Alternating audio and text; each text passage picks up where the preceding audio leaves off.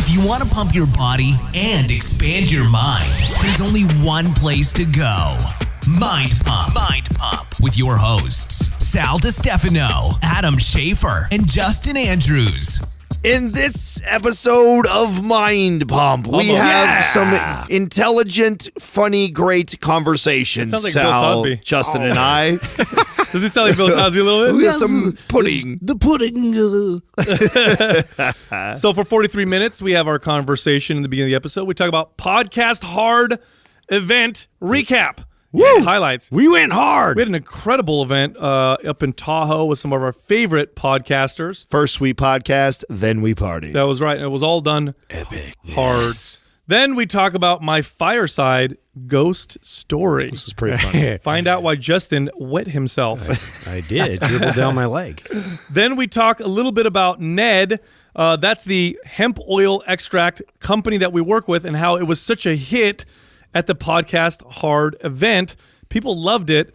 We also talk about how CBD is being used for pets and anxiety and how to use CBD. Mm-hmm. Adam mentions Elon Musk stepping down. Wow. Ooh, I like that. It's a like term, musking Elon sometimes. Musking. Yeah, that's when you... I'll be on the Elon Musking later. That's when you do shit that the SEC doesn't like. Yeah. We talk about testosterone and reduced lying in men. What do you think? More testosterone or less testosterone contributes to less lying in men? Your guess is probably wrong. Find out why in this episode. Ooh. We also talk about Organifi Gold Juice. We love putting that in almond milk, warming it up at night. Makes you feel so warm and sleepy. And Adam talked about combining it with the Ned CBD or the Ned hemp oil extract, I should say, for those relaxing evenings.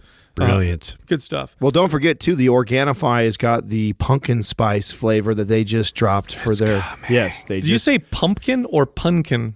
Pumpkin. Pumpkin with an M. Okay, Yes. good. I thought you said What it is with it? an M. You say that pumpkin? Yeah. No, pumpkin spice. So It they is just- October. And also, you just mentioned Ned, and this Friday, okay, we have a giveaway for them, which is really cool. Very similar to what we did with the Everlywell test. So they have to go to our Instagram page, right? Right, on the Instagram page, on there in the caption, Taylor will actually tell them what they need to do as far as following, liking, tagging, all that shit. Mm-hmm. But there's going to be a cool giveaway for that this Friday for Ned. So those of you guys that were thinking about trying out Ned, there's a great way for you guys to win. We're going to give away a 300 milligram full spectrum hemp oil tincture, some full spectrum hemp oil body butter, and some lip balm. So that's all giveaways.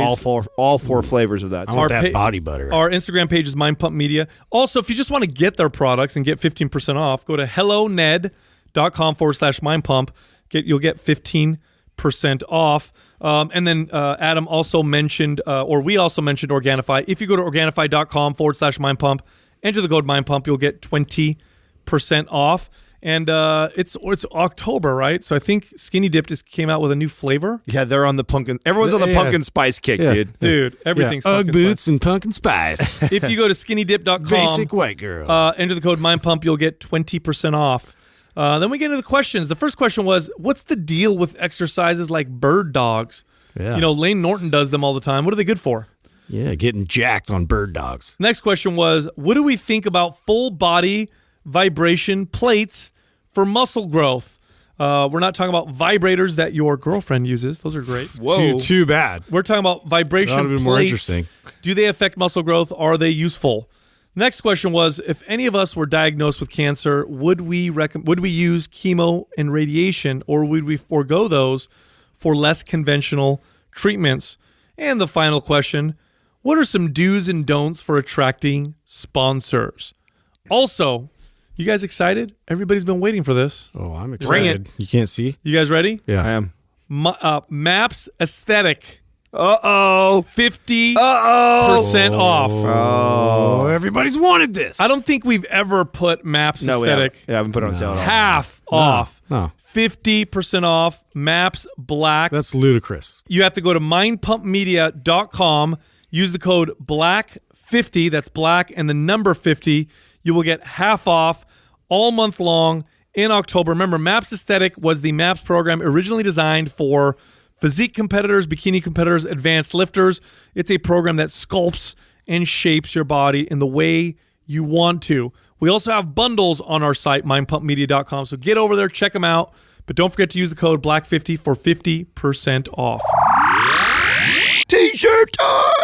And it's t-shirt time. All right. We had 22 reviews. We're giving out 6 shirts. Not bad, not bad. That's okay. Yeah. The winners are Smolowski, T. Marino, 1341, Unknown, 5678, J. Aesthetic, Bananas Mommy 2, Whoa. Bananas mommy. KDSA Diver. She's hungry. All of you are winners. Send the name I just read to iTunes at mindpumpmedia.com. Send your shirt size, your shipping address. We'll get that right out to ya. B-A-N-A-N-A-N-S. In your mouth. How weird is this? The moment that we just sat down and turned on, because it's been about a week, right? It's been a week since we've podcasted. It has. And we weren't really podcasting No, over those there. don't really We count. podcasted one. I mean, we did. Yeah. we did one. Right. Yeah. We did? We Yeah, did. we did one Do there. you remember? Yeah, we had to. We did to do a Quah. Do you remember we sat on the couches in the room, in that one room with the TV? Oh, I totally forgot we did that. Yeah. That was like the first day. You know what it is too is that, and this is why I'm so picky. And Doug's ruined this for me. It's your fault, Doug. This sound in here, Stellar. it just doesn't even compare. Even we have great traveling headsets, and we were in a great soundproofish type of room. Yeah. And it just doesn't sound. As soon as we got on right now, and we said this calming effect happens for me. Stereo. Yeah, it's like if you're like a cigarette addict and you haven't had cigarette, and you take that pop. There it is. I know that feeling. Back home, right where we like to be. It's good. Anyway, great event. Dude. Great Just great? event. Everybody I loved know. it. Just great? What's a better word It was than great? fantastic. Yeah. I mean, it was a really, probably really good. even more than that. Yeah, it was awesome. It was awesome to see everybody and talk with everybody. You know what's funny? The biggest comment, or the most popular comment, I should say, or most common comment I got about the podcast art event from all the attendees was that what we did was selfless, which I didn't anticipate hearing that. I thought that was a very interesting. At first, it was strange. Like, what do you mean by selfless? Yeah. And then I heard it from three separate people who use that exact same term or word. And I realized later on, I was thinking about it, especially after the party, after the end of the event where we had the big party where everyone came over. I was laying down. I was thinking about that. I was like, God, why are they saying selfless? And I know why now. I think I know why. It's because in all spaces, including ours, there's that mindset of scarcity. There's that mindset of Or what's in it for me? yeah, and then it dawned on me. It's like, well, that's why they're because I think what happens, and I try to put myself in their shoes. Like, let's say if we attended a podcast heart event or whatever that someone else paid for, put together, we show up, Right. and they're scheduling us with other podcasters, so we get to interview them. They get to interview us. We get to interview all these great guests. And as a podcaster, you're always trying to get good content, but you're also trying to get exposure, which one of the best ways to get exposure is to work with other podcasters on the same platform. Well, it takes a lot of time, effort, and communication to even get a lot of these lined up. Right. And so it's like you could equate that all to a dollar amount. Right. So you show up and you're there, and I know what I'm thinking. Okay, why did they do this? What's in it for them? Like, okay, what are we going to do? They're going to make us...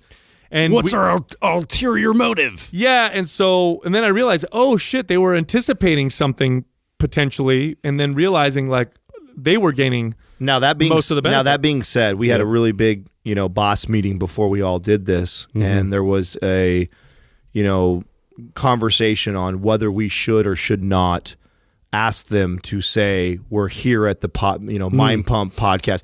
Mention us. How good do you feel about not doing I'm so that? glad we went Yeah, it with was that decision. good. Yeah. I think everybody mentioned us anyway, which was really that was a big debate. Like, are people going to say that about us anyway? And they did, but I think it goes right along because at the end of the day, when we talk about what our purpose is behind all of this, is to promote that. And I don't know what the right anti-term is, but it's the opposite of scarcity mindset, and to promote that and help foster that. Yeah. And I think that was right along with that, right? I Right agree, right along lines of that. And when we started the party, and I did that short toast, that's when I was really feeling it. Like, okay, well, we're on this space of new media where we share information, where there's low barriers to enter into this type of market, which means it's open to more people. You're more free to express yourself in free ways because when you have a low barrier to enter, you don't have to you don't have to succumb to your corporate overlords or the news network or whatever. We're like, oh, I can't really express my opinion because NBC won't let me, or I got to, when you're on a podcast, you're just restricted. Yeah, you could say whatever you want many times, and you don't have to worry about that kind of stuff. And so it's this unbelievable time that we're living in, where we have internet, we have which the bandwidth is unlimited. Spoken word, you have visual, stuff with like YouTube and other ways of sharing video. You have the ability to record your own stuff now with your own equipment, which is vastly less expensive than it was 15 years ago.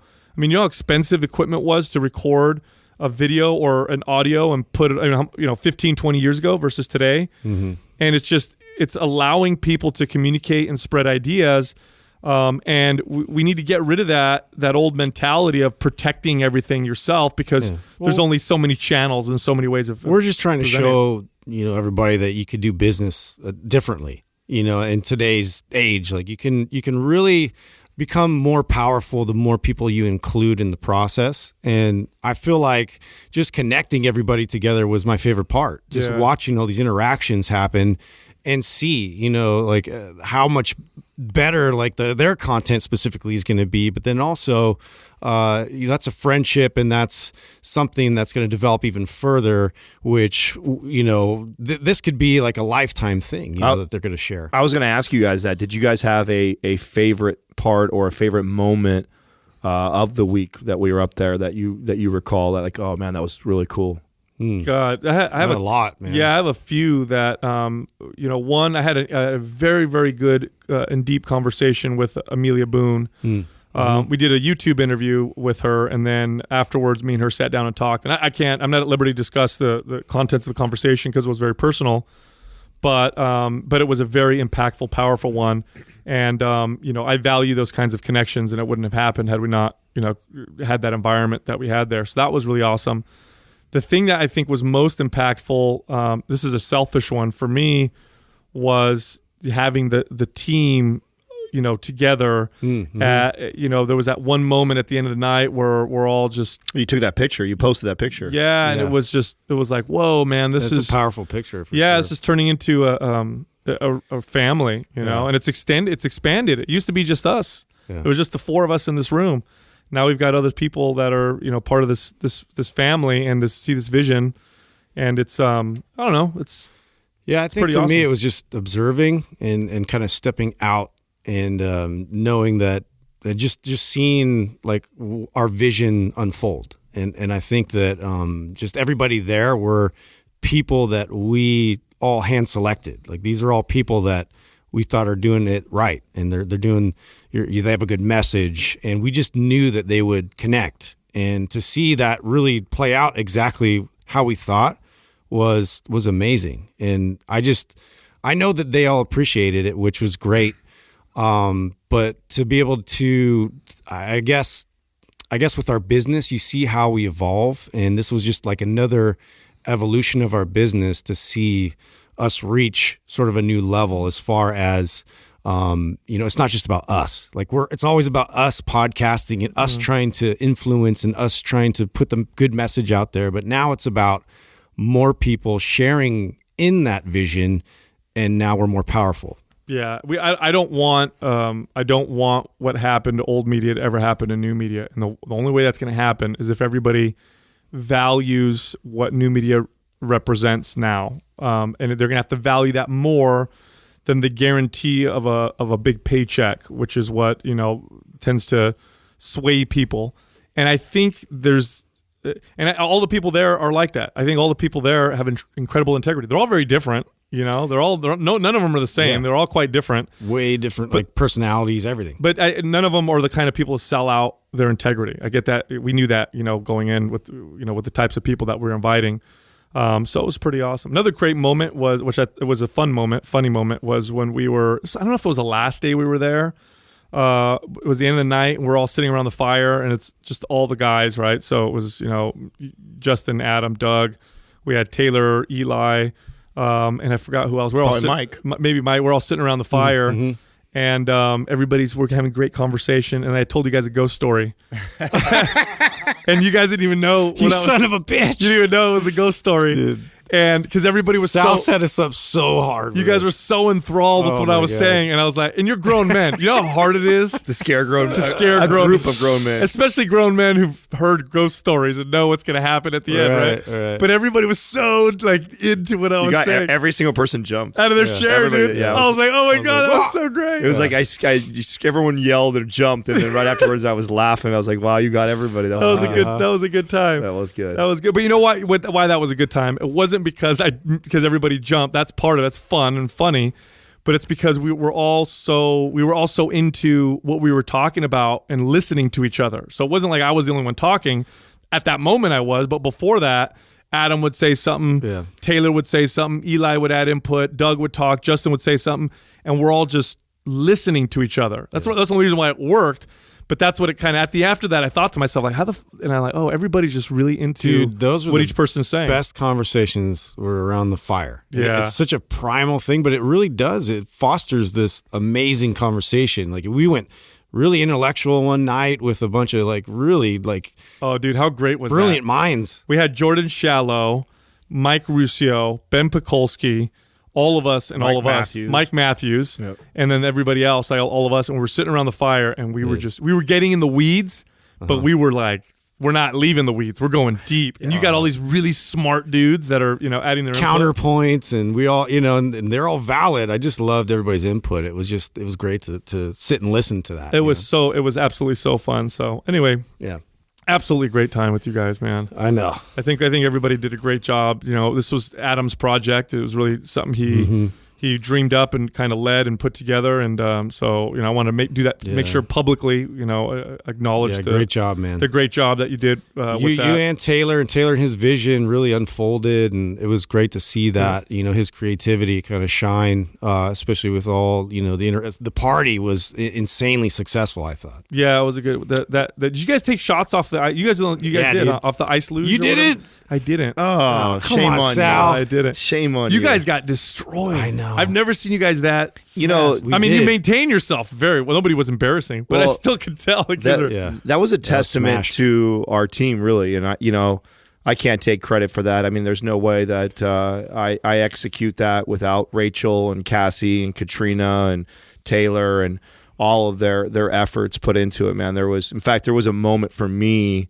And it's kind of crazy that, and I didn't post it yet because I didn't know how to caption it, and I knew that I didn't know how people would receive it if they didn't understand what was happening at that moment. And Anna, who was one of the photographers that were there, she caught this moment. And I went outside, and what drove me outside was I remember when Taylor and I were discussing the things that we'd have at the event, and one of the things that we went back and forth on is like, do we need a DJ? Or can we just do some speakers and, Adam, you make a playlist or whatever. And so I created a playlist, and, we had like a small speaker that, because we really wanted to encourage conversation and networking and that. So we didn't want something too loud. But then there's also that fear, because if you've ever been somewhere where there's a networking event and it's quiet and there's not a lot of great conversations. Yeah. Right.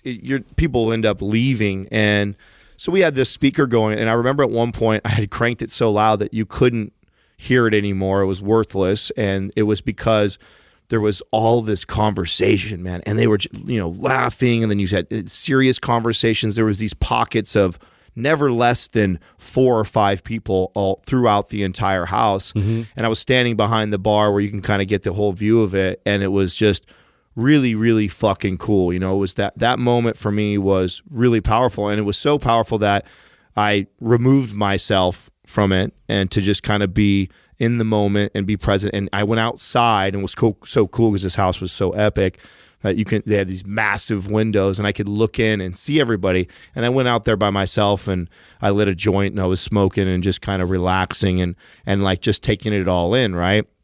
And there's a part where she must have came out and shot it, and from the distance, and I'm by myself out by the fire, and I'm smoking, and I wanted to post it because it was such a powerful moment for me. But then I thought, fuck, if you don't know what I'm doing. I don't want to just act like I'm advocating for smoking weed, and that's like, I'm sure there's some there's a lot of pictures of us like partying, and I'm kind of holding on to them because that's really not what it was about. Right, it was celebrating with your people. Exactly, and that was such a impactful moment for me that I'm like, I would just hate for social media to ruin it for me and start saying. So I'm still hesitant whether I will post it. Maybe I will post it now that I've talked about it, because I was hesitant to put it out there because I thought there'd be a bunch of assholes that wouldn't understand what was going on at that moment. But that was a very important moment for myself where I was kind of reflecting on all of this and the people that were a part of it and watching everybody. Was really, really cool to see that unfold the way it did, and then it to be received by all these people. And for me, the most powerful time for sure was getting a chance to see just different people from different walks of life, that knowing their message that they give in the podcast, because I have an intimate relationship with every single person there. There's not one person that was at that party that night that I'm not on a text message basis, and I know them, and lots of them have differing opinions, have different messages, talk about different stuff, and so to see them interacting with each other and connecting the same way that I feel I've connected with each of them, and that's why they were there, because there is a common thread that brings all these people together. And Sal touched on it, is that, it's the non-scarcity mindset, it's the open-mindedness, the ability to grow the message, the security that they all have, the confidence in what they do, and they really, many of them are leaders or experts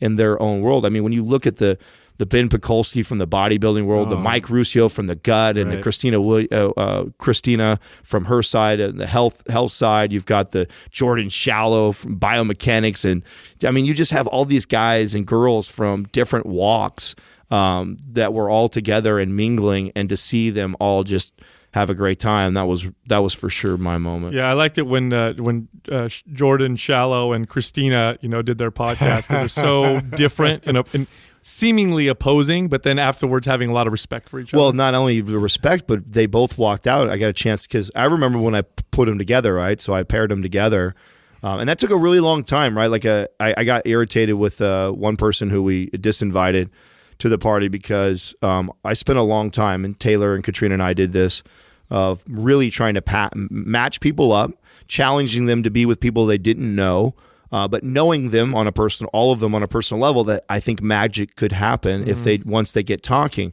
And that was probably one of the greatest examples of that, because Christina and Jordan couldn't be more different as far as like their stance on health and wellness and their message and what they talk about. But yet I knew that their personalities, once they got going, they would find this connection, very similar to how Sal and I felt the first time that we met Christina, the very first time that we met Jordan. Is, man, there's a part of them that you just fall in love with. And they walked out, and I asked Jordan, I said, how was that interview? He said, man, that was probably one of the best interviews that I'd ever done. That felt really good to know that, right? Right. So I thought that was cool, because they would never interview each other or have reached out to each other had we not made that connection.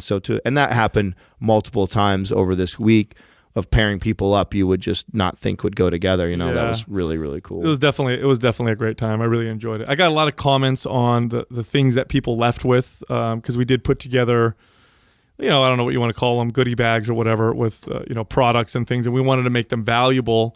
So I don't have to go through with everything that was in there, but I did get a lot of comments on the hemp extract from Ned. Right. I didn't realize that so many of them had never used a hemp extract or CBD type product. So the girls from the Girls Gone WOD, Joy and Claire, talked about how, I think it was Joy that said, she slept like a baby when she took it. Josh Trent talked about it, and how they've used other hemp products. So I actually got quite a few comments on that, and I didn't realize so many people have yet to try a quality. Were you able to explain to any of them why we chose Ned of all the fucking crazy? I did. It was good, because I don't think it's funny, because it's a new market, so you're seeing a lot of hemp extract products that are out there. The problem is that because they're new, there isn't a lot of checks and balances, in the sense that, like, there was an article I read where they went out and took, I think it was 5 hemp extract products, and they tested them in a laboratory, and they had very, very, very low amounts of the cannabinoids in them, some of them had no CBD whatsoever in them, and so it was just hemp oil, you know. And I mean, not bad for you, but if you're taking it to get the benefits of what cannabinoids can provide you, then what ends up happening, and this has happened in the supplement industry as well, where a supplement comes out with all this research, like an ingredient comes out with all this research that says it's effective, but then supplement companies, because that ingredient's expensive, will come out and say that, oh, our product has that. People will try it and then write that product off. But like, oh, I've tried that. That doesn't work. It's like, well, actually it does. You're just not using a high enough amount, or, you know, a quality, you know, distributor or whatever.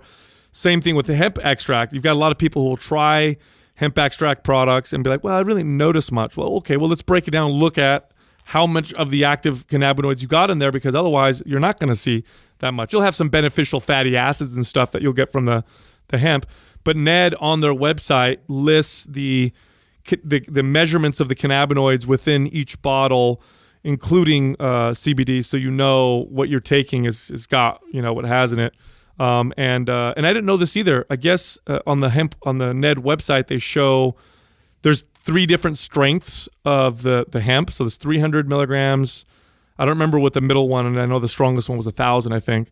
The 300 one, it says on there, also recommended for pets. Oh, wow. Yeah, so that's the one that people apparently... I've still yet to use them with my boys yet.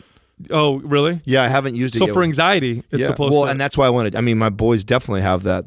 That's why I don't take them out to a lot of public places. They would have been at the party if they didn't have this. They have major anxiety, and they get they sound like they're going to have a heart attack. So I don't take them a lot of places. So I have yet to use it. I've been wanting to use it with them. So I'll definitely report. It'd be interesting, right? Put it in some of their dog food or something. And see if they, you know how they react to it. Because after we did an episode talking about specifically that, I don't remember, it was maybe a couple of weeks ago, about how CBDs, some people are also using it on their pets for anxiety, and I got like 5 DMs from people who said it was, you know, that their pets, they were taking, you know, prescription anti-anxiety medicines, and they were able to take them off.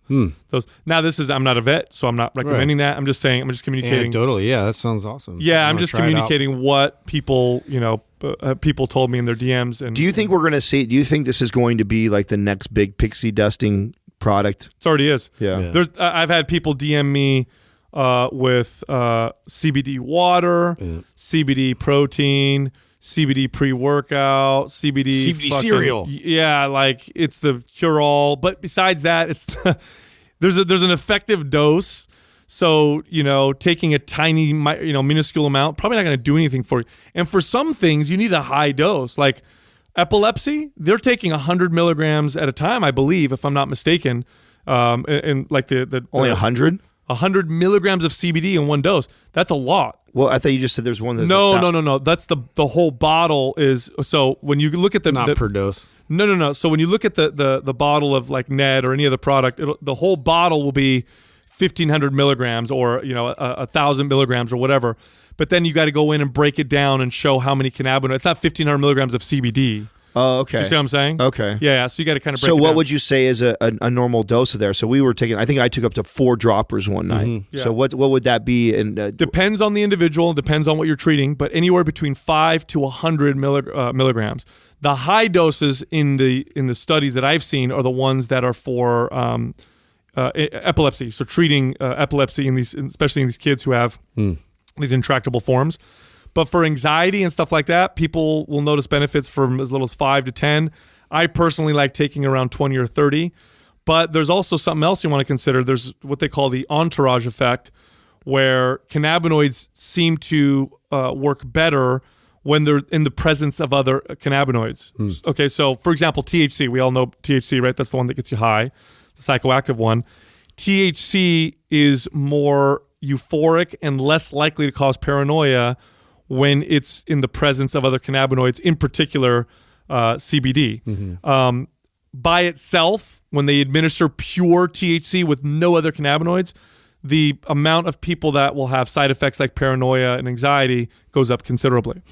When you look at the anti-cancer effects of cannabinoids, they'll study them, because what science does, science isolates things, right, and studies specific things, which you have to do. You want to know which one's doing what. But when they show the anti-cancer effects of like CBD or THC or the cannabinoids, far more effective when there's other cannabinoids present, more so than the individual effects being additive. So it's almost like this multiplier effect.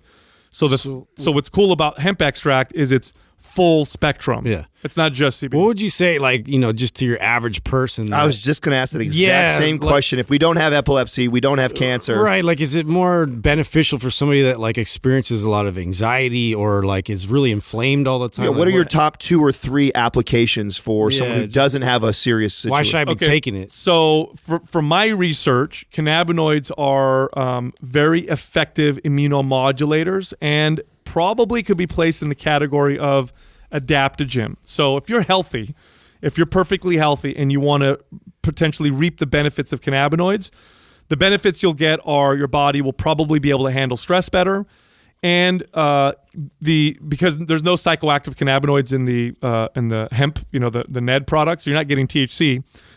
Because you have all these cannabinoids, what they do, in particular CBD, is they get your body to utilize its own natural cannabinoids better, because your body does produce its own cannabinoids. One of them, I believe, is called anandamide.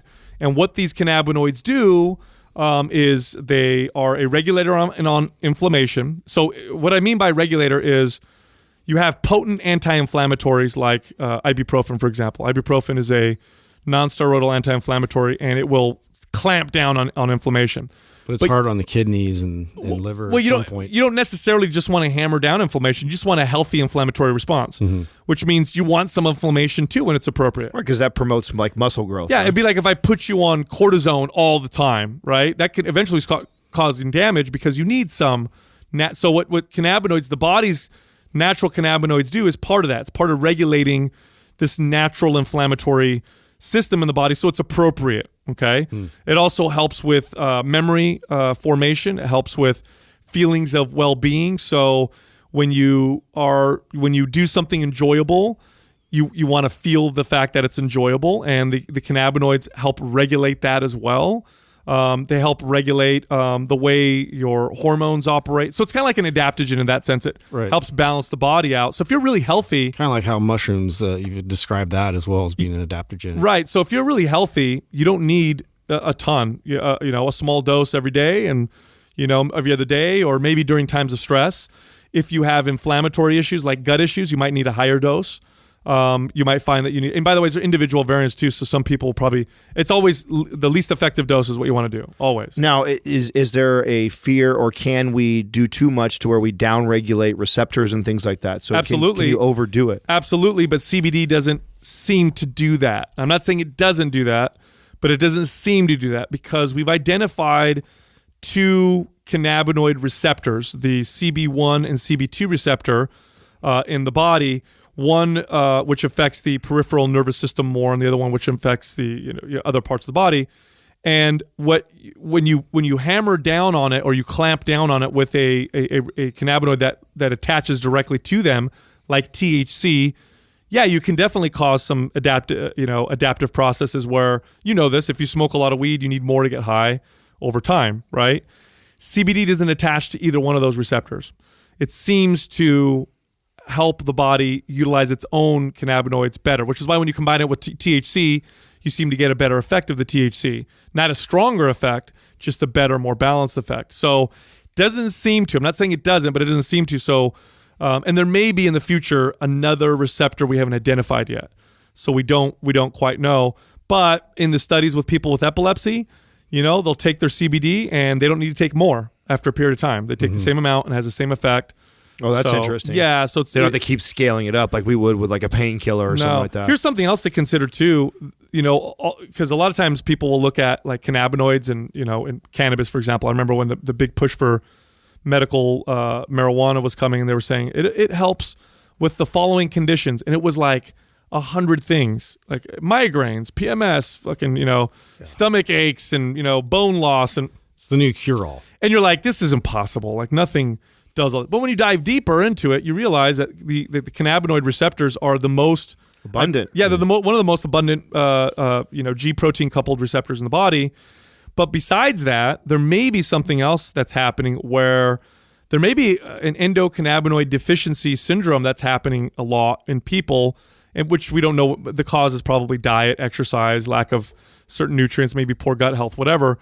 But if your body's not producing, quote unquote, enough of its own cannabinoids, then the symptoms look like, migraines, worse PMS, autoimmune issues, anxiety, all the things that cannabis seems to, or cannabinoids seem to treat. So it's almost like you don't have enough of this stuff.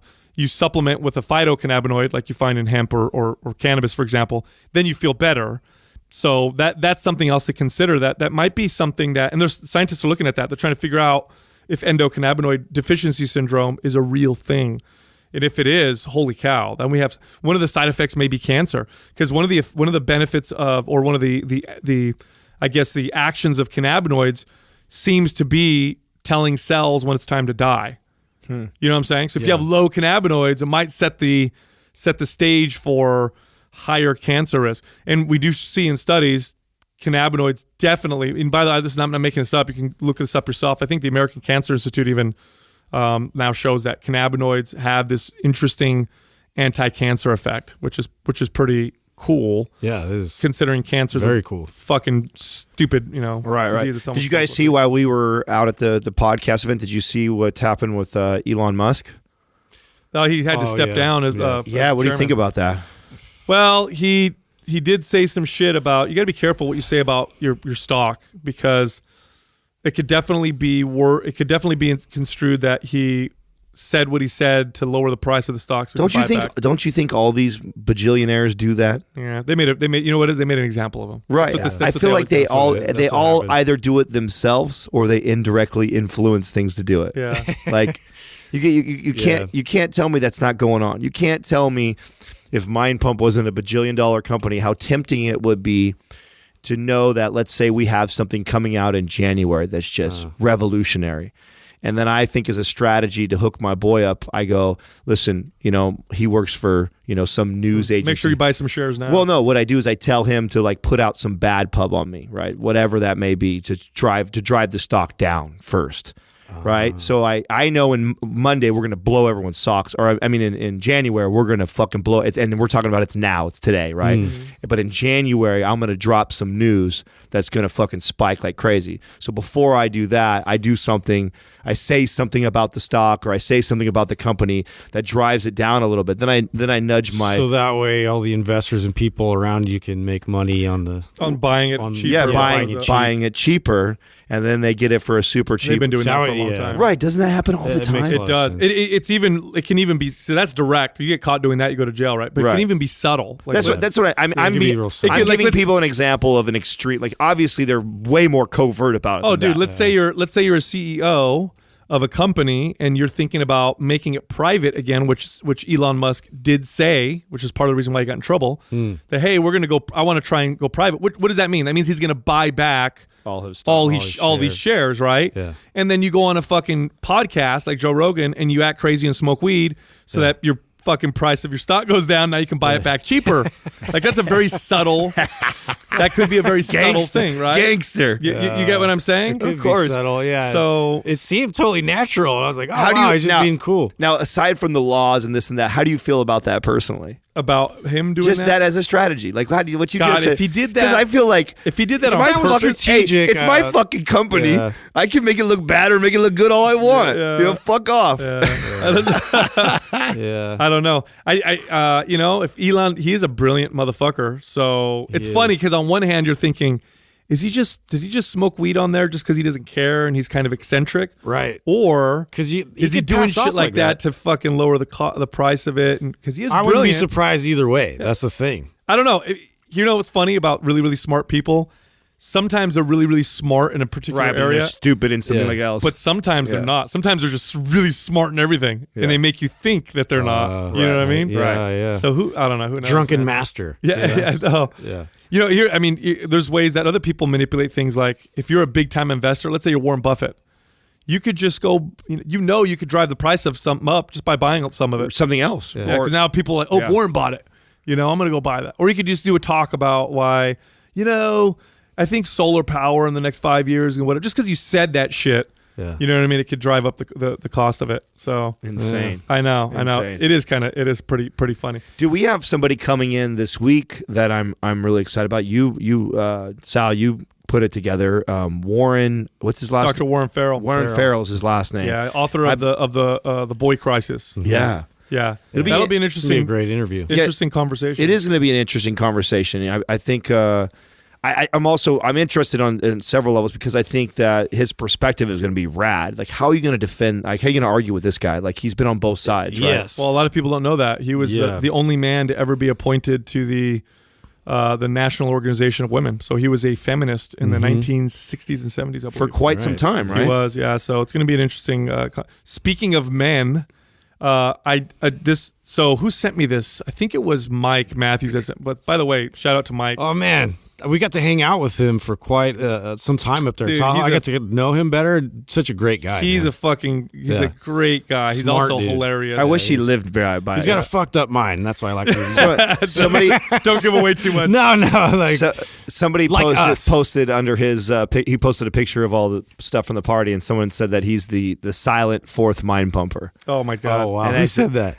Some fan, and I thought, wow. I said like, this is so true. You know, I feel like there's a lot of truth to that. I think I can see that. He's definitely a brother for sure. Dude, don't tell me he doesn't look like Bradley Cooper. Oh yeah. Doesn't he look like Bradley Cooper? I know, 100%. I was telling him that, and he was laughing, and Taylor was teasing me for hitting Hollywood's on him. gonna for hitting on him. So he sent me this. He sent me this study, which I thought was really crazy. So here's the title of the study. Is it You're new? gonna love this. New? Yeah, Okay. yeah. Testosterone administration. Okay, so giving testosterone reduces lying in men. What? Wait, given Yes. testosterone? Yes, This is part of my radical honesty right here. So Wow, that's where it comes from. So lying is this interesting phenomena that we do, socially, and we don't know if there's any biological foundation behind it. We know this, we know a lot about the social and emotional and psychological reasons why people lie, but is there a biological driver? In other words, can we change how how much integrity you have? Okay, so I could unpack that a little bit. Like, so you figure something I know when your testosterone levels are high, whether it be naturally or synthetic, is you feel the most confident version of yourself. So you're less afraid. And so, right, if you're really confident, you're not real vulnerable. Right. So if you're really confident, I could see how that would. That's a really, really interesting theory, Adam. I think that would make me less likely to lie about something because I feel so confident in myself. So I could see that. That's a very interesting theory. I actually would stand behind that. Yeah, and to get up, as far as hierarchy is concerned, if you're not that confident, you're not that like filled with testosterone, and I could just see like that being more of like I'm trying to like think of other ways to gain attention and other things that. Well, and coming from a guy who's been on both ends of the spectrum here, right? I've been with testosterone in the floor, and I've been with it in astronomical numbers, and when I've had it in the floor. Although I've noticed positive things like empathy, and I think I'm calmer. I'm probably more insecure. If I were to be honest with myself and compare it makes a lot of sense. Adam with testosterone on the floor to Adam with astronomical numbers of testosterone, there is definitely a very distinct difference in confidence. Well, it makes sense because your theory actually makes a lot of sense because when you're feeling insecure, then you need to protect yourself, and you're going to use all the tools at your disposal, and one of those is lying, sneaking, and conniving, and whatever, to try to protect yourself or position yourself, versus someone who's very strong and confident may just outwardly like, here's my deal, let's do this type of deal, like on your sleeve. Yeah, which now this is funny because, and I'm telling you, the study was pretty conclusive. Yeah, and here's the thing: people will argue and debate this, but we know testosterone has effects on social behavior. We know that. We know that for a fact. Same thing with estrogen and other hormones. So, and now let's take it a step further. Testosterone levels in men have been declining for decades now. So does the opposite mean true? In other words, does lowering men's testosterone mean that they'll lie more? This study seems to implicate that. They need to do more research, though, I think. But that's pretty crazy, right? Yeah. Well, another reason why men need to like be healthy and or why society should promote that, I should say, and lift weights. You know what I mean? Yeah. To make them more honest. No, I think it's a great point. I've never thought of it like that before, but like I said, being somebody who's recently been through all that, I could see that. Now I'm trying to think, like, was I lying more? Was I lying 6 months ago or something like that? No, I'm not. I mean, I happen to be somebody who prides himself on being radically honest all the time. But I could definitely say that if there's probably more of a challenge, it would have been when I'm in that place, because for the exact reasons like you're saying, Sal, like there's that side that wants to protect the ego and use whatever tools necessary, and you feel insecure at that moment. So do women lie more than men? That's an interesting. So I'm thinking about this now, because does that, and it doesn't mean, by the way, that this means the same thing in women at all, because men's, our bodies we're made up different. Yeah, we're driven by testosterone. Right. That's what makes us a man, right? And women are not. So that doesn't mean that they're. But are there studies on that? Do men and women lie? Do men lie more than women, or vice versa, or do they lie differently? That's an issue. I think just a different form. I don't know this one. I'm actually looking it up right now, and so we'll see what the study says. Anyway, also we got a report back from Organifi. More and more people that shit's going through the roof. I so much that double. Yes, in the last week. So I don't know if that is a shift in the amount of downloads that we've been getting lately, because there's been exponential like a new wave of listeners. Yeah, there's been exponential growth over the last 2 months. That's kind of how the flow of the business goes. Like we've been on this nice, consistent growth. Which, by the way, it's I always correct people when they say like, "Oh, Mind Pump's blowing up." I'm like, no, it is not. Mind Pump is not blowing up. I mean, you may feel like that too. Like a really long balloon. Yeah, exactly. It's been a very slow and gradual process that I'm very happy it has been, and I've discussed this on the show. I think it's been good for us that it's taken a lot of work to reach these little moments of growth. And I think that, recently we've seen a little one again where, we've seen downloads kind of bump a little bit higher than usual. And so I think that's a reflection of that. And then probably people coming on. The product's amazing. I mean, when you try a lot of their stuff, I mean, not only is it great, the product's great, but then it tastes good too, which to me, I think that's always the Are we able to talk about, they have like a new product coming out, I know in like October, I believe, like as far as like it being like pumpkin spice based or something like that. Yes. Is that the gold? It's pumpkin gold, spice? yeah. Oh, well, that I was gold like juice excited about that idea. That gold juice it's ridiculous. Well, now that's my go-to like night thing, which I haven't paired them together, because now that we have Ned, this is what I'm going to try and do. So this is my next like formula, right? Is to get the 4 droppers of the Ned, and then have the almond milk with the with the gold juice. Dude, because you guys gave that recipe out. That was already my new elixir for sure. You still have to try CBD with caffeine. I swear to God, it's my favorite combination. No, I agree. Well, that's why they've put it with pre-workout, haven't they?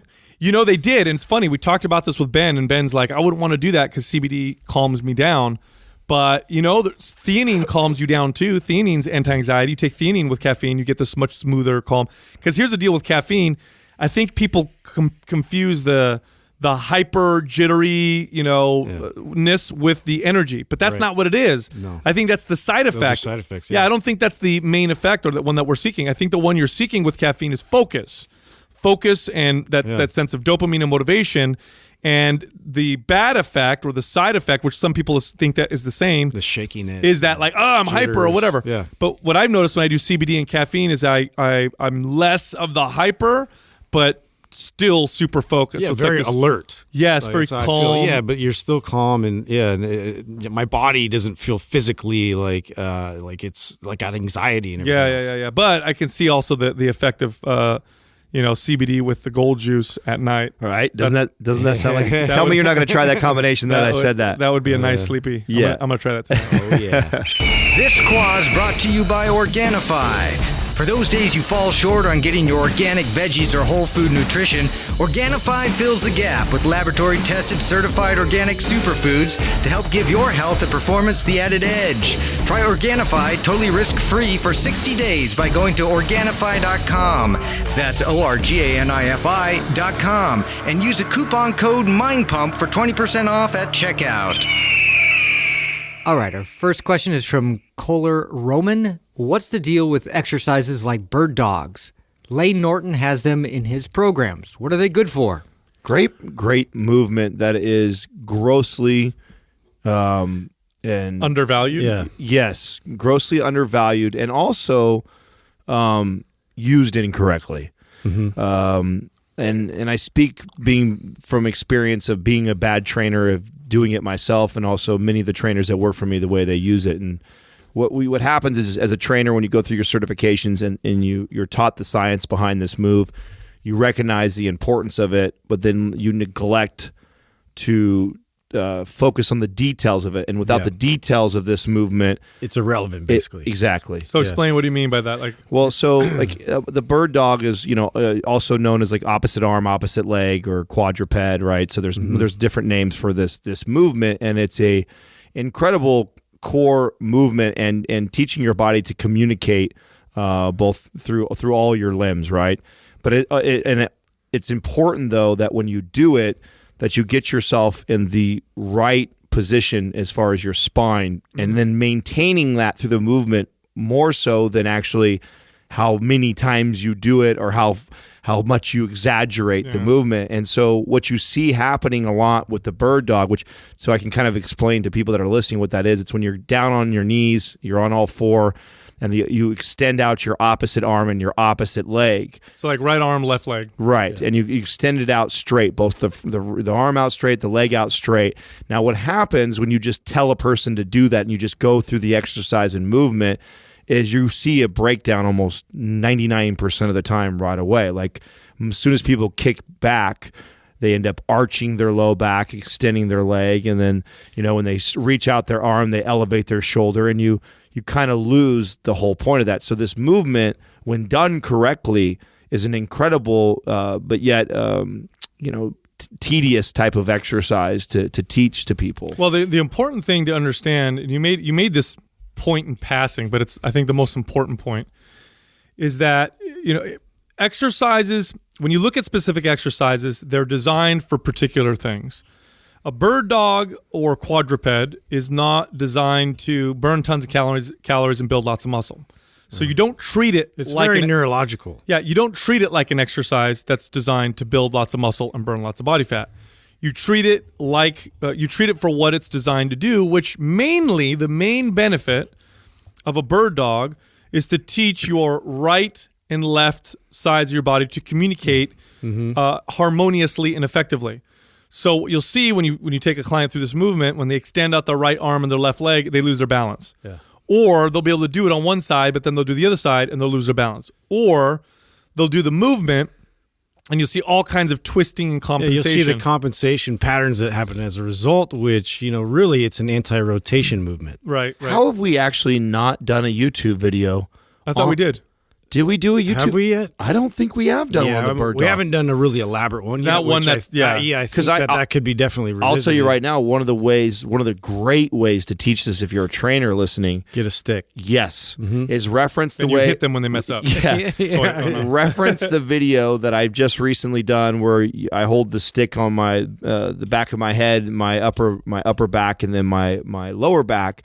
And you want to do the exact same thing with the bird dog. You want to keep those 3 points of contact while they do that. If you can do that, now you're doing that movement for you're doing that movement for the right reasons. Now, the idea behind it is to, like I said earlier, help the right and left sides of your body communicate. And you may ask yourself, well, why right arm, left leg? Well, when you walk, this is the natural way you move. So if you go take a jog right now, you'll notice that when your left leg steps forward, it's your right arm that moves forward. And when your right leg steps forward... opposite back, you meant. Yeah, and it's because of counter rotation. Try running. You can try this if you want. It's hilarious. Pause, but just make sure no one's watching because you look like an idiot. Hit pause and try running with your right leg and your right arm forward, and then again with the other side. You'll run way less efficiently. You won't have that counter rotation where the upper body is preventing, because if you kick your leg forward and you don't have that anti-rotation from the upper body, you'll twist your body off. Or you won't go fast enough. You won't be able to go fast enough because that's what's going to happen. You can sense it. And so what this movement aims to do is to try to get your body to move more harmoniously, which the theory goes helps prevent injuries when you do your bilateral movements like your heavy squats and deadlifts. And this is, I think, one of the reasons why Lane is doing this. Yeah.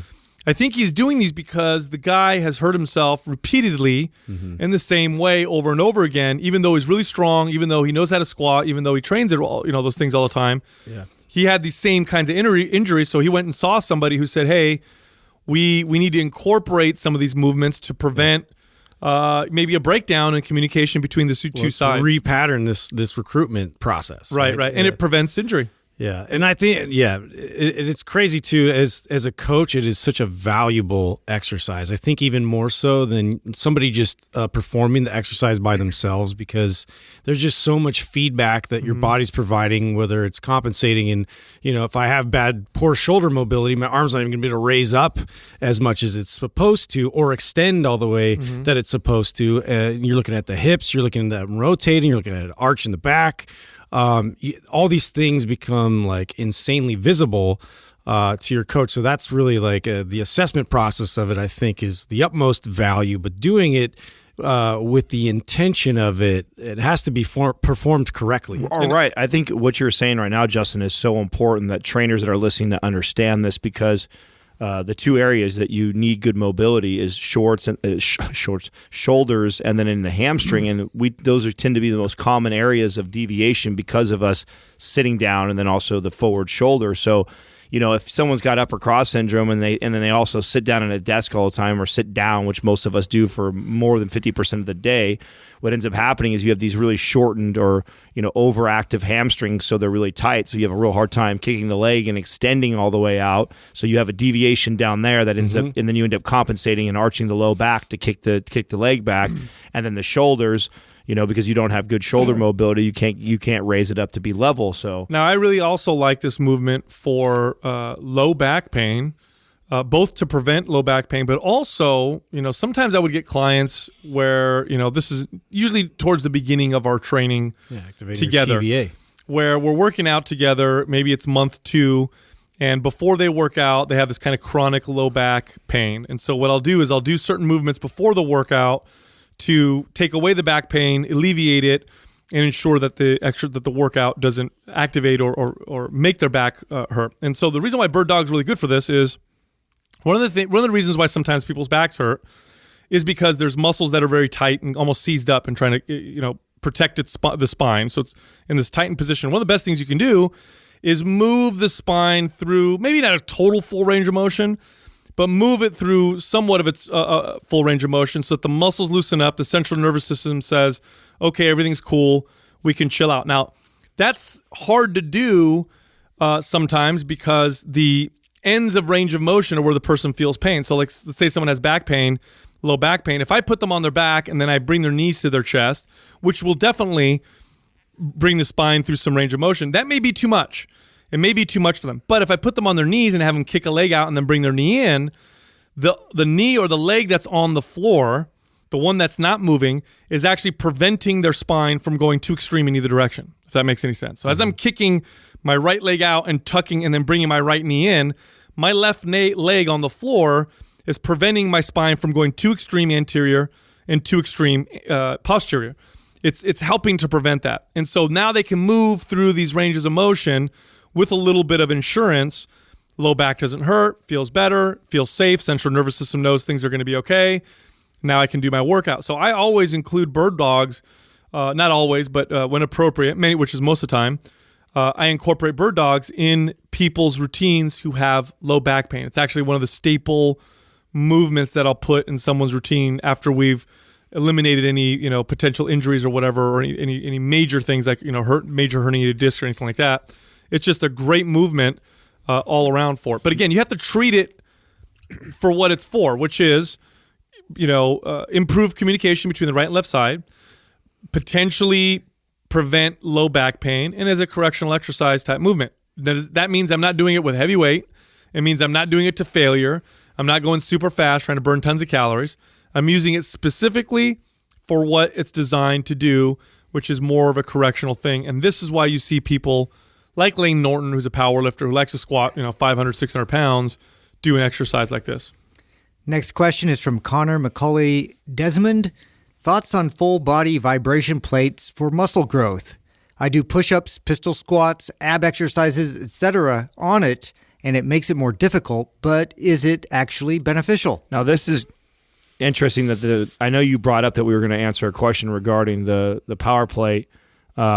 But to use it like this is an example where it can I don't get see as much weight in that direction. This is where it can get a little ridiculous in what I see. And let's be honest, this was actually why I didn't like the plate when I first saw it. You know what? We changed our position on this. Remember? We did. That's when we first saw the plate. I saw a lot of this. I saw a lot of people doing all these exercises on it, making basic exercises very challenging, and that was the desired outcome from it. And so I kind of scoffed at it, like, well, this is a stupid tool because I'm trying to build muscle. I do lunges. If I lunge on the vibrating plate, I'm going to build more muscle. Right, silly. That's a silly way to use tool. But again, we changed our stance on it, and a lot of that was because I wasn't fully educated on how the tool was created and what it was created for, nor had I done it yet. And I tell you what, when I was warming up to squat and we used it, I remember over at the club sport gym, I was fascinated by how deep I could get into the squat right away by standing on the plate. And like this light bulb went off for me, and I think for everybody in here that tried it the first time and realized, oh, okay, now I can see an application for this. Yeah, it was because we actually did an episode early on where someone asked us this question. This is like in episode 15 or something like that.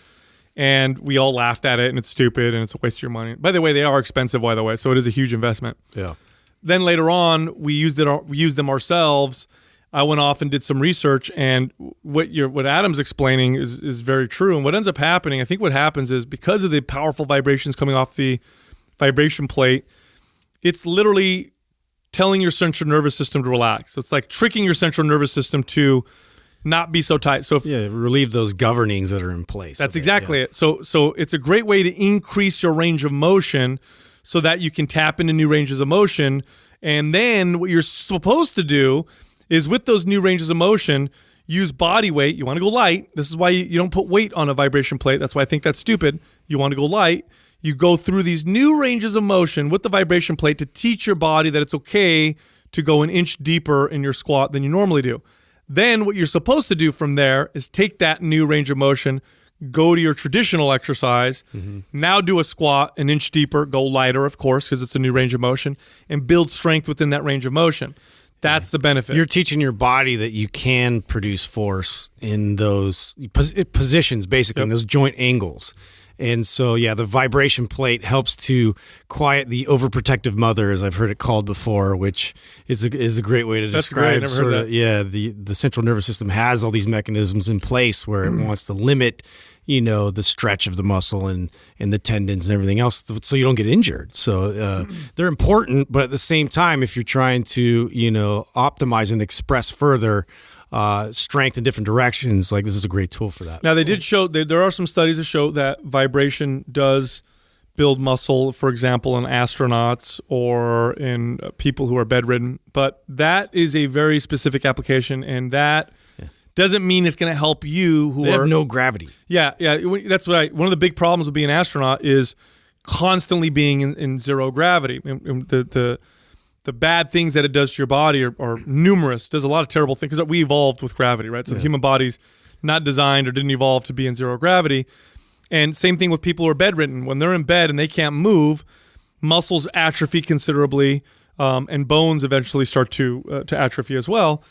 And what the vibration does is it does stimulate the CNS just enough, which is one of the reasons why it gives you a better range of motion, but just enough to slightly activate the muscles a little bit. And so it prevents as much of the typical muscle breakdown that you'll get or atrophy that you'll get otherwise. Or if you're an astronaut, you can, if you're working and you're not working out and you're on the space station, standing on something that's vibrating may help prevent some of the muscle and bone loss that you'll get otherwise, because they can't sit there and do squats and work out all the time because they have very specific machines that provide resistance without gravity. So that's really the benefit of it.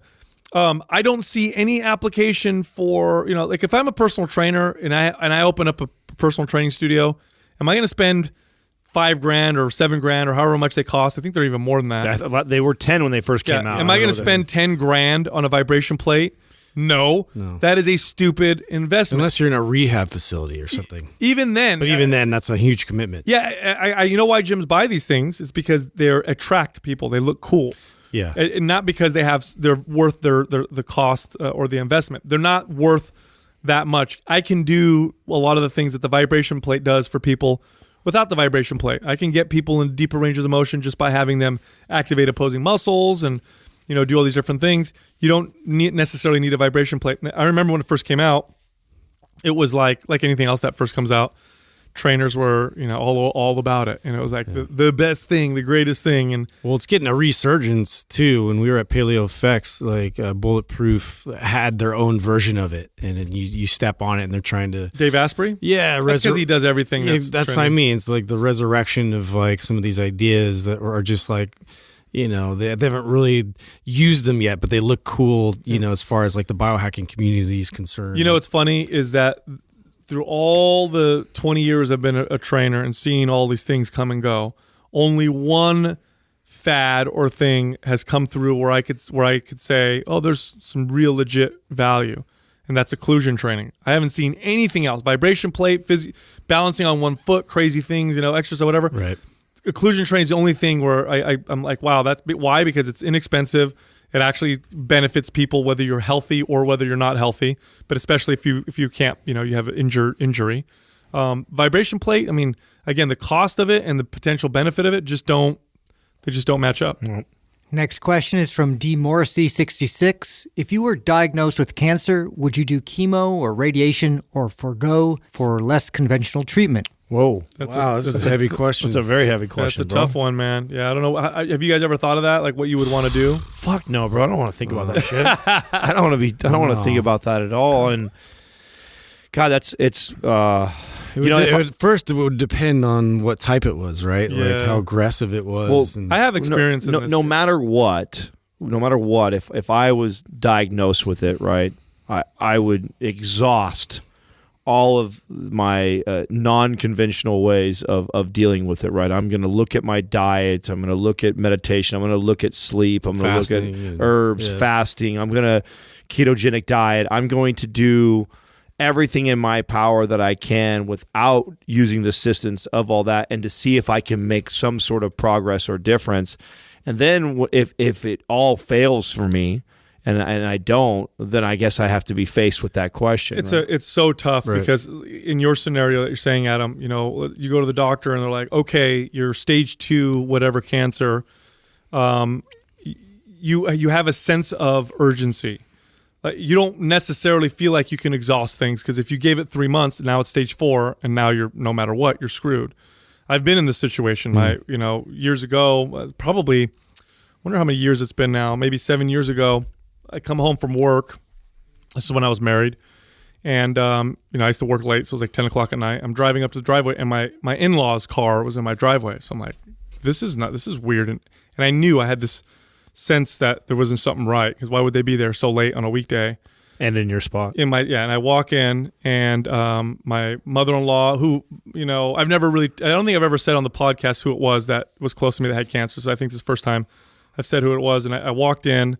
And this is a woman that I grew up with. I knew this family since I was 8, and she was like a family member, literally like another mom. And I walk in, she's sitting at the table, my father-in-law sitting at the table. I knew something was wrong. Everybody was waiting for me because I guess she didn't want to say anything until everybody was there. And then she tells us that she has cancer. So, everybody's, devastated and freaking out. And I had a little bit of knowledge of cancer at this point because I had trained so many doctors and so many surgeons that I had a general idea of the cancers that were like really, really scary and the ones that are not as scary. They're all scary, but some of them are worse than others. And she said she had stomach cancer. And it's crazy because literally the week before, one of my clients, who's a surgeon, wonderful woman, she was telling me how she was sad as she was training with me, and I asked her, what's wrong? Why are you so sad? She goes, well, I went in to operate on a female client of mine, 35-year-old mom, and she had a hernia. I don't remember what it was she was going in there for. And she said, I opened her up and she was just full of cancer, and it was stomach cancer. And I asked her, I said, well, what are you going to do? And she goes, there's not much. She goes, stomach cancer is one of the worst ones. So I remembered that. So she said she had stomach cancer, and I remembered that. I was like, holy shit, this is a really bad one. I didn't tell anybody though. And then I asked her, do they know what kind, what stage? And it was The name of it was Linitis plastica, which is a very rare and worst possible scenario. It's actually, there's a 4% survival rate with that type of cancer. So she told us, everybody's like devastated or whatever. She leaves, and I went into hardcore research mode. And I told her, I said, I will, and this killed me for a long time. And I can say it now without, getting emotional, but I told her, I said, I'll solve this for you. And I went really hardcore into reading and research. And you guys know me when I become obsessive. This was a 24-hour a day thing, literally 24. I must have read, 1,000 papers and studies. And what sucks about this is when you go online to research this and you look up, first I looked up the cancer. I saw that there was no conventional treatment. There was nothing. So then I said, okay, alternative treatments for cancer. And you'll find a million websites, all of them, promising to cure cancer, and they're going to sell you something or tell you something. And so you don't know where to start. You have no idea where to go. And so my litmus test was science, because that's the only thing I had. I didn't know what else I could turn to. So I said, okay, whatever alternative treatment we try, I need to see some science, even if it's animal study, something that shows that this may have some application. And so I looked up everything I possibly could, and I found research on cannabis and cannabinoids and how they're anti-cancer. And this is why I know so much about cannabis, by the way. It's not because I love smoking it. It's really because of her. And I looked up this research on cannabinoids and how they're anti-cancer. And so at the time, medical marijuana was legal, but I didn't have a medical card, and it was harder to get. And the kind that I had to get was this concentrated oil that was made popular by a guy by the name of Rick Simpson. Rick Simpson made this oil in Canada, cured a bunch of people's cancers. The Canadian government ended up trying to throw him in jail. It became this popular documentary. So I did all this research, and I saw that in the research, it was dose dependent, meaning the more you took, the more effective it was. So I found this fucking oil, which was expensive, super powerful. And I'm like, okay, we're going to give it to her. And at the same time, I went with her to the oncologist, who's a cancer doctor.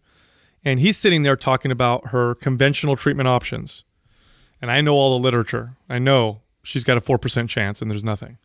And he's sitting there saying, okay, what we're going to do is we're going to put her on this very aggressive chemo regimen that combines 3 forms of chemo, 2 of them administered at the office where she's sitting there and it's just going through her system you sit there for a few hours. The other one is constant pump. She had to walk around with this pump of chemo that was attached to her that was constantly pumping chemo in her. And we all sat there, and the reason why I'm communicating this is just in case somebody's listening who's going through this, okay? I knew the stats. I knew that there wasn't going to do shit, but you're still hearing this doctor, and you just want something to work, and you'll throw anything at it. And so I'm sitting there, and he's saying this, and my mother-in-law is looking to me for advice.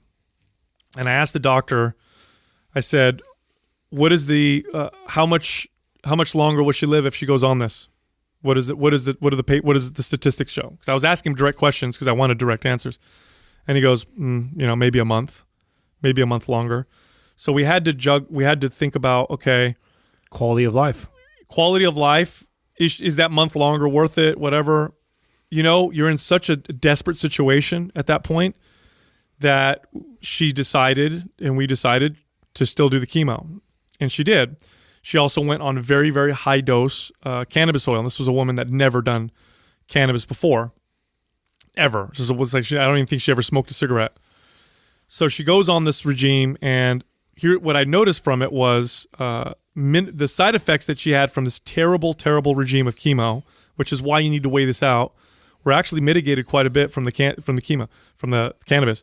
She would go to the office, go on this thing, and all the nurses were like amazed. You're not throwing up. Like, what's going on? Like, this isn't like nobody responds this way. It's just crazy. She still watched my kids. She told us, actually, that's the first thing she said after she told us she had cancer. She said, don't you dare take your kids away from me. I'm still going to babysit them. She did not want us to. So she would babysit my kids with her cancer chemo pump of chemo pumping through her during the day while we were working. Her life expectancy, they never told her. which I found funny. But I think they don't tell you unless you ask. I asked the doctor privately, and I looked up the statistics, and she had maybe 3 or 4 months to live, and she made it over a year and a half. At the end, she went on some experimental chemo type treatments, which were devastating, completely tore her up. And I think that's one of the reasons why she died as soon as she did, because the cancer at that point still hadn't really caused organ shutdown. She had some really bad side effects. She had, really, really bad swelling in her stomach area with lots of fluid, and they'd have to drain it and all this other stuff. But the cancer still hadn't shut down her liver, still hadn't done anything to her kidneys or brain or her, anything else. But she ended up passing away anyway. And the reason why I'm saying this is because it makes a big difference what type of cancer you have. If I had the kind of cancer that could be treated with chemo, like prostate cancer or testicular cancer, and I go there and I'm going to look and I'm going to weigh everything out. I'm going to say, okay, what do the numbers show? Oh, okay, my 5-year survival rate if I do chemo is 85%. Well, I'm going to go for chemo. If I look at the statistics and I see my normal survival rate is 5%, with chemo it's 7%, that's statistically insignificant. Chemo fucks you up. It's not cool. It's not cool to watch someone go through it, and it's a terrible treatment, so I would not do that. The treatments that I would do is I would do high-dose cannabis treatment. I would utilize fasting, which I did not know at the time. At the time, I did not know of the anti-cancer benefits of fasting. Wish I did. And depending on the cancer, a ketogenic diet when I wasn't fasting, and that's because some cancers respond really well to keto, some don't. Some actually feed off of ketones. So it all depends on the type of cancer. But that's what I would weigh out, because I tell you what, man, it's a scary situation. But when you look at the numbers, don't lie to yourself. That's what I would say to myself. Like, okay, I'm not going to lie to I have kids, I'd want to survive, but I'd want to say, okay, I know what the numbers are. So I know the chemo is not going to work at all and only make me feel sick. So I'm going to do everything else I possibly can. And that would be my own, personal decision. Next question is from A's Striker 10. What are some do's and don'ts for attracting sponsors? Well, I think trying to attract sponsors is your first mistake. That's a good one. So, and this is common in the Instagram world these days. A little bit of behind the scenes of Mind Pump or insight for you. Four Sigmatic, Organifi, Thrive are the last 3 sponsors that came after us. Since then, we actually go after, I think, almost all. I can't think of one off the top of my head that we didn't go after ourselves. And that is because if we're going to promote anything, money is not the number one priority. Now, I'd be lying to you to say that money doesn't matter. Of course it does. It's a business when you survive, and when we absolutely talk about that with the sponsor. But the brands that we now introduce to our audience are brands that each of us individually, or including Taylor, because he's part of this, want. And because we like what they're doing, we like the brand, we utilize it already, or we're interested in it, and we've used it, now we really like it. And so anything that we introduce you guys to now is something that we have actually sought them out, which is why it requires a position like Taylor to do, because there's a lot of conversation that goes around that. I mean, this episode is sponsored by Ned, and Ned was a conversation that Taylor went back and forth with, and he had Sal call and talk to the 2 owners, and they had all kinds of conversation. I mean, it was like a 6 to 8 month process, and that's pretty normal. So we're always in communication with these brands that we really like before we put them out to you guys. I think trying to attract sponsors is the wrong mentality. The right mentality would be trying to attract customers that are interested in listening to you or following you because you're providing value in their life. And if you get enough of those, the sponsorships will come, whether they come looking and knocking at your door, or you have to pursue them and ask them if they're a brand that would be willing to work with you. And to be honest, this is what sponsors are looking for. They're looking for brands, I think, that have created lots of value in within their network.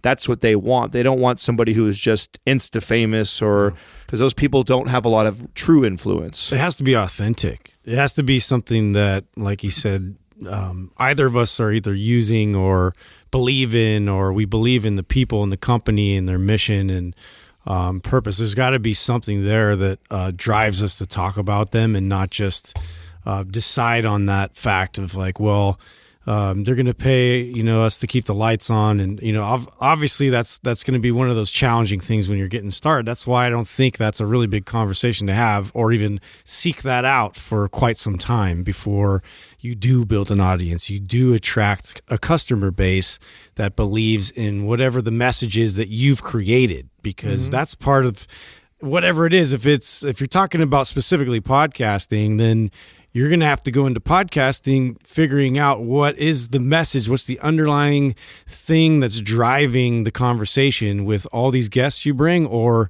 you talking to your co-host, whatever it is. And now that has to reflect in your decision-making process when you bring other companies in. Yeah, so some of the rules that apply for this apply for sales also. Like, number one, you better believe in that sponsor, really like what they're doing, and actually really back up their product. In other words, is this a product that you promote anyway? Is this a product that you would want to use? Is this something that you really feel has a lot of integrity? That's very important, because a lot of people promote things that they don't, like a bodybuilder who's, got all his followers, and all of a sudden the supplement company says, hey, promote our supplement. And the guy's like, I'm not going to use it, but I'm going to promote it because you're going to pay me. You're not going to be very effective at what you're doing. The other thing to consider is, whatever you're working with becomes a part of your brand, okay? So, yes, there's some separation between us and our sponsors, but there's more connection than anything. Because we're working with a supplement company, or because we're working with a brand like Ned or Organifi or Thrive Market or, Felix Gray or any of these other companies, because we're working with them, to some extent, what they do represents us as well, not just what we do. Right. So if this is a company that doesn't have a lot of integrity, or maybe does things that are, iffy, or things that don't necessarily fit our purpose and our brand, don't work with them, because in the short term, you might make more money, but in the long term, you're going to kill yourself, because those things can come back to bite you, and not only bite you in the butt, but if you're not driven by your purpose, you're not going to be as effective as what you're. It'll also change your message if you're trying to attract sponsors. Like, if the goal is to just get sponsors so you can make money for your business, well, then what will happen is that will change your messaging on your podcast or your Instagram or whatever platform you are using to market. And that was really important to us, that we didn't have to do that. In fact, we agreed that there's no way we would want to do this business if it relied solely on sponsorships in order to propel us forward. I mean, it's a part of the business now, but it's not necessary to the business. Without sponsorship, honestly, sponsorships have created 2 to 3 more positions within the company. It's really not putting a ton of money in, the 4 of our pockets. It's putting money into the business, and the business has now allowed us to go out and employ other people, which to me, that excites me. It excites me that we can bring people onto the team that now are responsible for managing that side of the business, and we've now created livelihoods for 2 or 3 more people that, had we not started this thing from the beginning, we wouldn't be able to. But yeah, and here's the other thing: don't let a sponsor control you. Because I see a lot of this. I see a lot of people change their message and change what they're doing because they're beholden to their sponsors. Don't do that. You're selling your soul, and it will not benefit you in the long run. Your audience will see it. Your people will see it. You'll feel it yourself. So if a sponsor works for us, I mean, they have to be okay with us being what we are. Right. And if they try to tell us not to, I'll tell you something right now. The fastest way for a sponsor to get to get kicked out the door is for them to tell us, but you got to do this. You have to say it this way. Just so. We've had sponsors tell us before. Well, no, when we first started, everybody did. Remember, that was definitely a rough time for us. But again, this goes back to the integrity that everybody in this room has. Was we didn't want to distort our message, and if you had a thing that you wanted us to read, none of us were willing to do it. We looked at it as like, listen, if we have to read your words, it's ineffective on your brand. Well, fuck being ineffective. It's not who we are, right? It's not our message. It's like either you take it how we want to present it because it's how I use it or how I talk about it, or you don't take it at all. And we were okay. You have to be in a position. You don't have to be. You should be in a position and to do that, because if you're going to keep this brand or whatever it is that you're doing continuing to grow, you want to keep that integrity, and you don't want to sell out early on to a sponsorship and then begin regurgitating the information and the words that they want you to just so you can make sales, because then your whole entire message that you're trying to put there becomes, how do I sell this product? Where it's like, no, doesn't matter. It's the same reason why you don't even see us post, really. I mean, every once in a while you'll see this morning I think I showed the new skinny dipped almonds that are out. They just dropped their pumpkin spice, which is amazing, by the way. And I showed that we just got it. I hadn't even opened it yet. I took an Insta story of it, but we don't have to do that. It's not in any of our contracts with any of our sponsors, because we did not want to pollute all of our content with trying to sell at everything. It's like, listen, we'll mention it on the podcast, and you know how we mention it? This is how people don't know this. This is how commercials happen. We use the fucking product, and then we talk about it. It's that simple. And it comes up organically in the show, just like everything else comes up organically in the show, and that was part of the deal. And the irony is, doing it our way, we convert higher than anybody else. Other podcast. Our conversion rate, heads up with anybody else, is higher than anybody else, and it's the authenticity of the show. There was a little rough patch at the beginning of explaining that to our sponsors and saying, trust us, let us do it our way, and I promise that we'll deliver, and we did. And now we don't have to, so we're in a different position. But yeah, at the beginning it was challenging when we first started. We did a year and a half, almost 2 years with no real sponsor at all, and it wasn't even a part of the business, but it is now, and a lot of that is because we didn't worry about it. It wasn't a focus of ours to gain sponsors. It was a byproduct of actually gaining followers and listeners and gaining influence on a community, and because of that, now we have a successful sponsorship program. Excellent. Hey, check it out. We have a bunch of free guides. I think a new one just got posted, if I wasn't mistaken. Yes. How to build big arms. Shoulders. Is it shoulders or arms? Shoulders. Just it's a shoulder one. Yeah. How to build big shoulders. Okay, it's a shoulder one that we just put out, and it can be found at... The arm one is up too. They both both of them up, but we had another... Brett just put up another one. Yes, that's a brand new one. It's mindpumpfree.com. You can go download it. It's free. It's a guide. Thank you for listening to Mind Pump. If your goal is to build and shape your body, dramatically improve your health and energy, and maximize your overall performance, check out our discounted RGB Super Bundle at mindpumpmedia.com. The RGB Super Bundle includes MAPS Anabolic, MAPS Performance, and MAPS Aesthetic. 9 months of phased expert exercise programming designed by Sal, Adam, and Justin to systematically transform the way your body looks, feels, and performs. With detailed workout blueprints and over 200 videos, the RGB Super Bundle is like having Sal, Adam, and Justin as your own personal trainers, but at a fraction of the price. The RGB Super Bundle has a full 30-day money-back guarantee, and you can get it now plus other valuable free resources at mindpumpmedia.com. If you enjoy this show, please share the love by leaving us a 5-star rating and review on iTunes, and by introducing Mind Pump to your friends and family. We thank you for your support, and until next time, this is Mind Pump.